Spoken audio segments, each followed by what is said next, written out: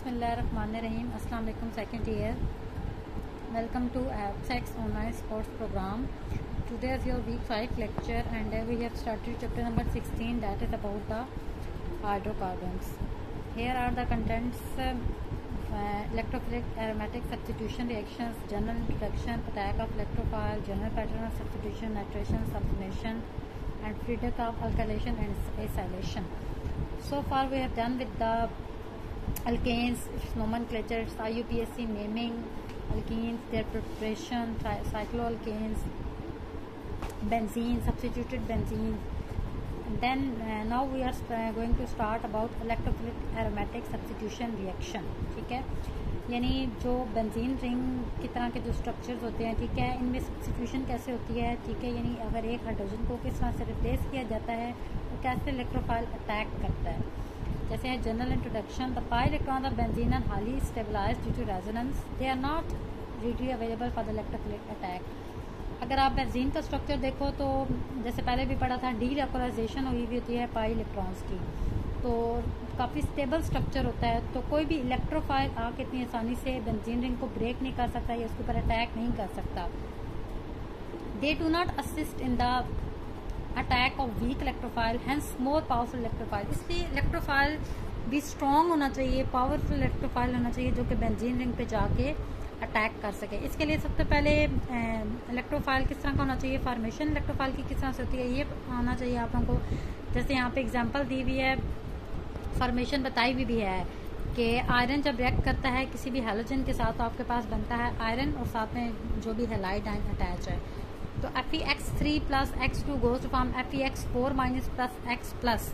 अब ये एक्चुअली जो आपके पास X प्लस बन रहा है, ठीक है, एक्चुअली ये इलेक्ट्रोफाइल है, स्ट्रॉन्ग इलेक्ट्रोफाइल है जो कि फिर फर्दर बेंजीन रिंग के साथ अटैक करेगा. अब जी इलेक्ट्रोफाइल प्रिपेयर हो गया, attack of electrophile and pi bond. अब किस तरह से ये पाई बेंजीन रिंग पे अटैक कर रहा है, उसके पाई बॉन्ड को ब्रेक कर रहा है. तो benzene ring plus X plus goes to form.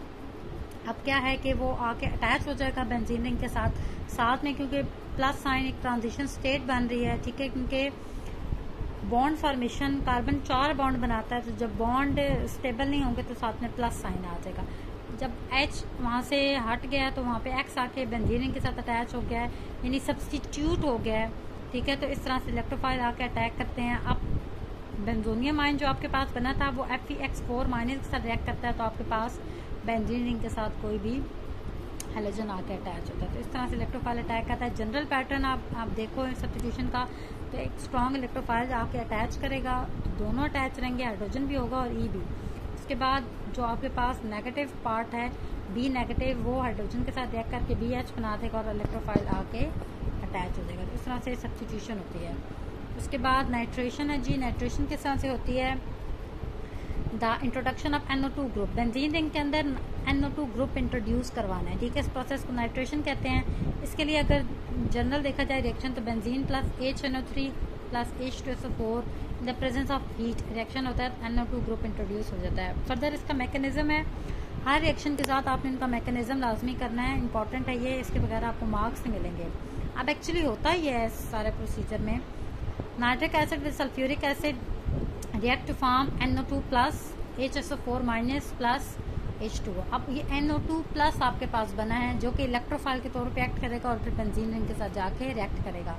अब क्या है जी, ये NO2 जाके बेंजीन रिंग के साथ रिएक्ट कर रहा है, तो आपके पास बेंजीन रिंग के साथ NO2 आके अटैच हो गया, साथ में H और फिर प्लस साइन है, साथ में आपके पास वाटर.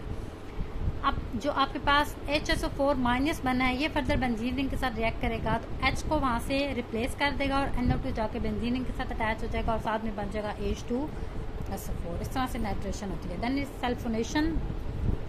सल्फोनेशन कैसे होती है, introduction of sulphonic acid group in benzene ring. Benzene ring के अंदर सल्फोनिक एसिड यानी SO3H ग्रुप इंट्रोड्यूस करवाना है, ठीक है, तो इस प्रोसेस को सल्फोनेशन कहते हैं. तो इसके लिए जनरल जो है H2SO4 के साथ सिंपल रिएक्शन और SO3H आके अटैच हो जाता है. अगर इसका मैकेनिज्म आप देखो तो मैकेनिज्म में है बेंजीन रिंग विद SO3, ठीक है, उसको सेपरेट खोल के लिख दिया है. SO3 आके अटैच हो गया और साथ में H और फिर बेंजीन रिंग पर प्लस साइन, ठीक. फिर फर्दर यही HSO4 माइनस के साथ रिएक्ट करेगा, तो वहाँ से वो H को ले लेगा और SO3 बेंजीन रिंग के साथ अटैच हो गया और यहाँ साथ में H2SO4 बन गया.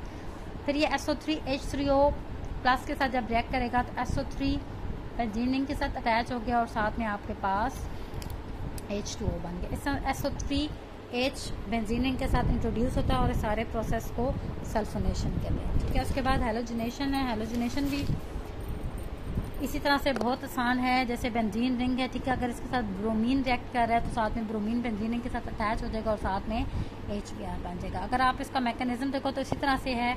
Cl प्लस पहले आपने इलेक्ट्रोफाइल बनाना है, Cl प्लस जब बन गया फिर फर्दर वो बेंजीन रिंग के साथ आके रिएक्ट करेगा और साथ में बेंजीन रिंग के साथ Cl आके अटैच हो जाएगा और साथ में H प्लस बनेगा। तो इस तरह से होता है। एक और है जी, यहाँ पे ये रिएक्शंस के बेंजो ट्राइक्लोराइड कैसे बनता है, तो ये आ भी सकता है कि when alkyl benzene are treated with chlorine, alkyl benzene यानी ये बेंजीन रिंग के साथ CH3 ऑलरेडी अटैच है, अल्काइल बेंजीन है, जब ये किसी भी हैलोजन के साथ जैसे क्लोरीन के साथ रिएक्शन बताया हुआ है, in the presence of sunlight react करता है तो आपके पास बनता है CH2Cl प्लस HCl। अभी भी यहाँ पे हाइड्रोजन मौजूद है CH2Cl, ये CH2Cl दोबारा Cl2 के साथ रिएक्ट करेगा तो फिर CHCl2 अभी भी हाइड्रोजन मौजूद है रिप्लेस होने के लिए, फिर ये फर्दर Cl2 के साथ रिएक्ट करेगा तो फिर बनेगा CCl3 प्लस HCl। ठीक है, तो आपके पास बेंजो ट्राइक्लोराइड टोलिन्स बन गया है, तो ये आप लोगों को आना चाहिए। उसके बाद है जी फ्रीडर-क्लाफ अल्काइलेशन किस तरह से होती है।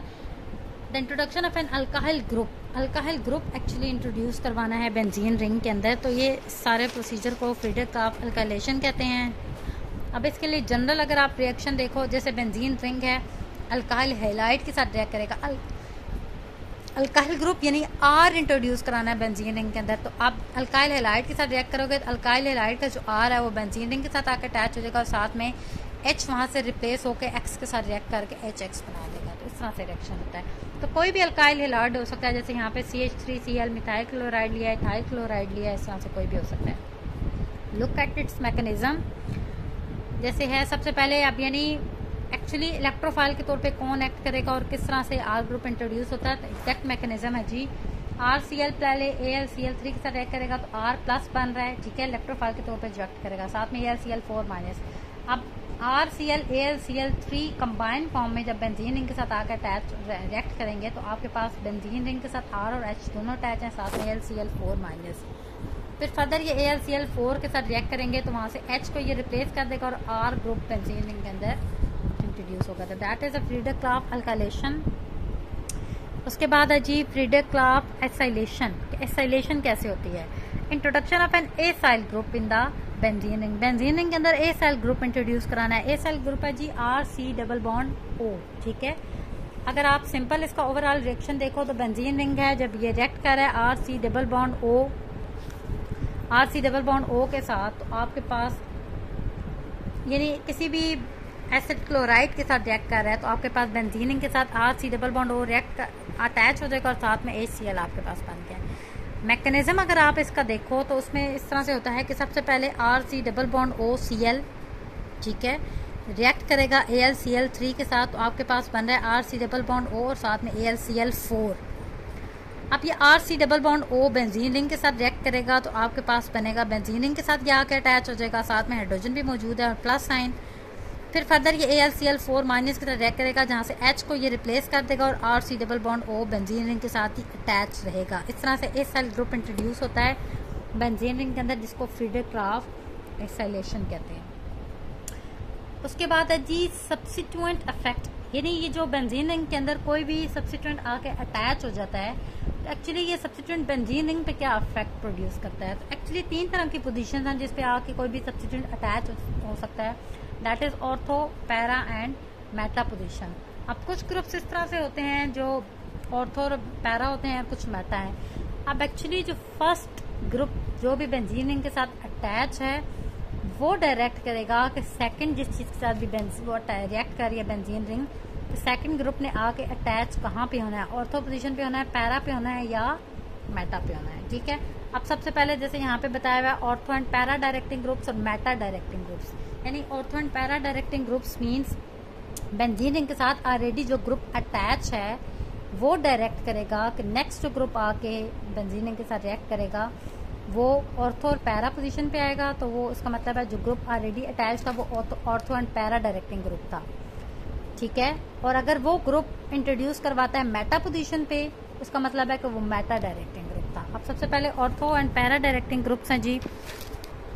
तो एग्जाम्पल के साथ जैसे यहाँ पे बताया हुआ है, अब बेंजीन रिंग टॉलिन है एक्चुअली, ये HNO3 + H2SO4 के साथ जैसे रिएक्ट कर रहा है, तो आपके पास ये CH3 के बिल्कुल साथ NO2 आके अटैच हुआ है, तो ये जो बिल्कुल सेकंड नंबर पे जिसकी फर्स्ट तो टॉलिन है, सेकंड पे ऑर्थो पोजीशन है, और फिर उसके बाद 1 2 3 4th पोजीशन पे जाके NO2 अटैच हुआ है। तो 2 और 4th जो पोजीशन है ये actually ortho and para position है। ठीक, एक्चुअली जो CH3 अटैच है इसने डायरेक्ट किया है कि जो NO2 अटैच होगा वो ऑर्थो और पैरा पोजीशन पे, इसका मतलब है CH3 ortho and para directing group है।